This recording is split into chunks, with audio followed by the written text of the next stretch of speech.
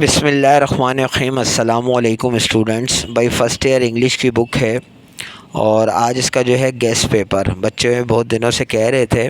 पहले मैंने इसका पैटर्न पेपर दिया था, इसलिए गेस्ट पेपर नहीं बनाया था कि क्योंकि न्यू बुक है तो मैंने कहा पैटर्न पेपर से ही बच्चे समझ जाएंगे। लेकिन बच्चे बहुत इंसिस्ट कर रहे थे कि नहीं सर गेस्ट पेपर दें, तो आज जो है मैंने इसके गेस्ट पेपर बना दिया है और बड़ी मेहनत से बनाया है और बहुत इम्पोर्टेंट है। लिहाजा पूरी वीडियो देखकर चीज़ों को समझिएगा।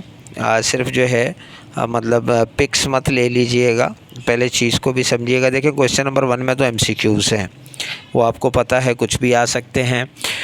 सेक्शन बी में जो सेक्शन 1 था वो आपका ज़ाहिर है टेक्स्ट में से है, 4 क्वेश्चन आएंगे, फिर पोइट्री में से भी 4 आएंगे, प्ले में से भी जो है सब सेक्शन 3 में से भी 4 क्वेश्चन आएंगे।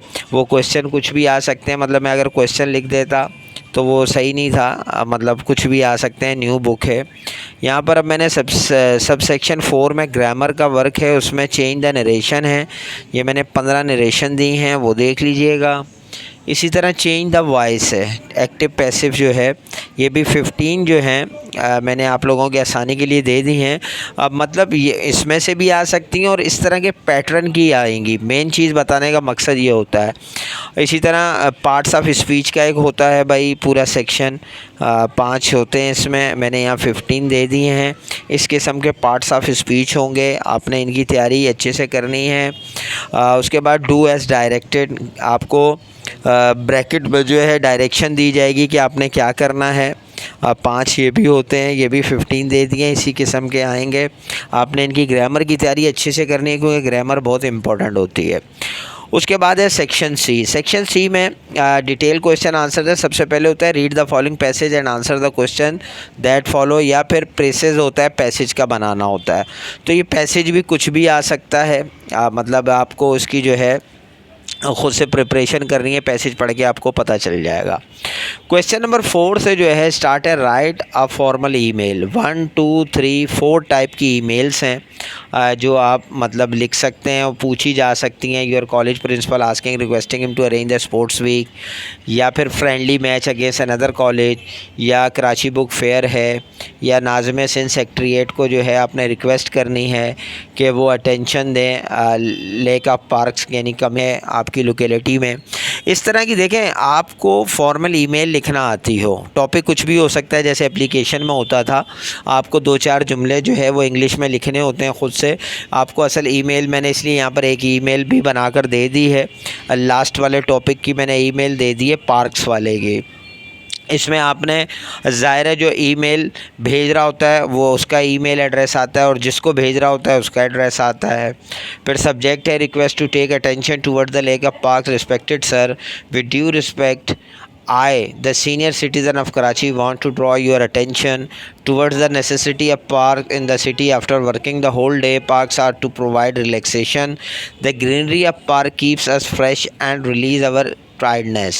We have the lake of park in our locality. I therefore request you to provide more parks in our locality so that we can get fresh after working hard, and we will be very thankful to you. I would highly be grateful। मतलब ये पूरी इसी तरह है।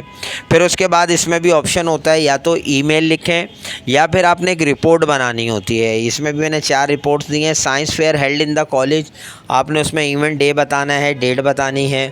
Flood आया है, उसके बारे में आपने कॉजेज़ बतानी है, डेट बतानी है, उसके इम्पैक्ट और रिस्पॉन्सेज बताने हैं। एनुअल स्पोर्ट्स सेरेमनी है तो वहाँ पे भी इवेंट्स डे और डेट बतानी है। वर्ल्ड एनवायरनमेंट डे है तो उसके कॉलेज में तो including events, days and dates वगैरह आपने इसमें भी बतानी है।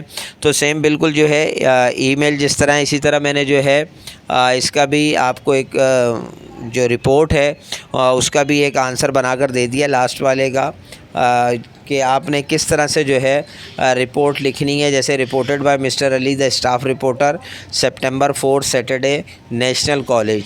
The annual sports ceremony is organised like a festival in national college. The college authority organise this ceremony, they choose a big ground as a venue. The college has many potential student who were good at sports. The mayor of the city was there as the chief guest. The student were so excited. A team was organized to manage the whole ceremony. Some volunteers also started to set up the ground and scoreboard.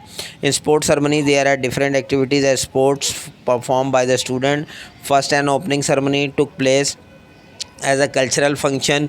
अब ये मतलब पूरी जो है report मैंने यहाँ पर किस तरह से बनानी है, सेम आपको इसमें तमाम चीज़ें लिखनी है। जैसे आप ख़ुद से मतलब इसको लिख सकते हैं कि आपके कॉलेज में जैसे स्कूल में इवेंट्स हुआ करते थे, तो कोई इतनी बड़ी चीज़ नहीं है, आप ख़ुद भी इसको लिख सकते हैं। ये मैंने यहाँ पर तकरीबन 2 पेजेस की जो है ये इसमें लिखी है मैंने, मतलब रिपोर्ट किस तरह से बनती है। तो अब तकरीबन इन 4 में से भी आ सकती है, मिलती जुलती ही आएगी। ये अगर आप याद कर लेंगे तो आपके सेंटेंसेस काम में आएंगे। कुछ वर्ड्स चेंज करने होते हैं, वो माशाल्लाह आप फर्स्ट ईयर में हैं, कुछ मुश्किल नहीं होगा, वर्ड्स आप चेंज कर सकते हैं। लेकिन ये है कि मेन जो है आपको एक आपके पास मटेरियल होना चाहिए कि किस तरह का हो सकता है, हमें क्या लिखना है। तो ये आपकी तैयारी के लिए मैंने सारी चीज़ें यहाँ पर दी हैं। फिर क्वेश्चन नंबर 5 है, write a narrative account of true friendship with a lesson, God help those who help themselves, an incident that influence you greatly, कोई ऐसा वाक़या जिसने आपको बहुत ज़्यादा इन्फ्लुएंस आप पर असरअंदाज हुआ हो, या an honesty importance that impact on your greatly, और ऐसा कोई मतलब ईमानदारी का वाक़या जिसने आप पर बहुत असरअंदाज हुआ हो। तो ये भी इसी तरह ही है, सेम जैसे छोटी स्टोरी कह सकते हैं, हम बचपन में छोटी स्टोरीज़ करते थे। यहाँ पे मैंने एक स्टोरी लिख दी है। Once a poor woodcutter was cutting a tree on the bank of river. Suddenly his axe slipped and fell into the water. The poor fellow was very sad. The angel of mercy happened to pass that away. He asked him, why are you so sad? The woodcutter told him about his loss. The angel took pity on him. He dived into the water and brought out, मतलब वो फिर उसने पानी में dive किया। पहले वो सोने का लोहा वो कुल्हाड़ा ले आया, तो गरीब ने मना कर दिया मेरा कुल्हाड़ा नहीं है। फिर वो चांदी का लेकर आ गया, उसको भी इसने डिनाई किया कि ये मेरा कुल्हाड़ा नहीं है, मेरा तो लोहे का है। तो फिर वो तीसरी बार जब उसने डाइव की तो वो वही लोहे का आयरन लाया और उसको दिया, तो वो खुश हो गया और उसने उसकी ईमानदारी से खुश होकर दूसरे 2 कुल्हाड़े भी उसे दे दिए।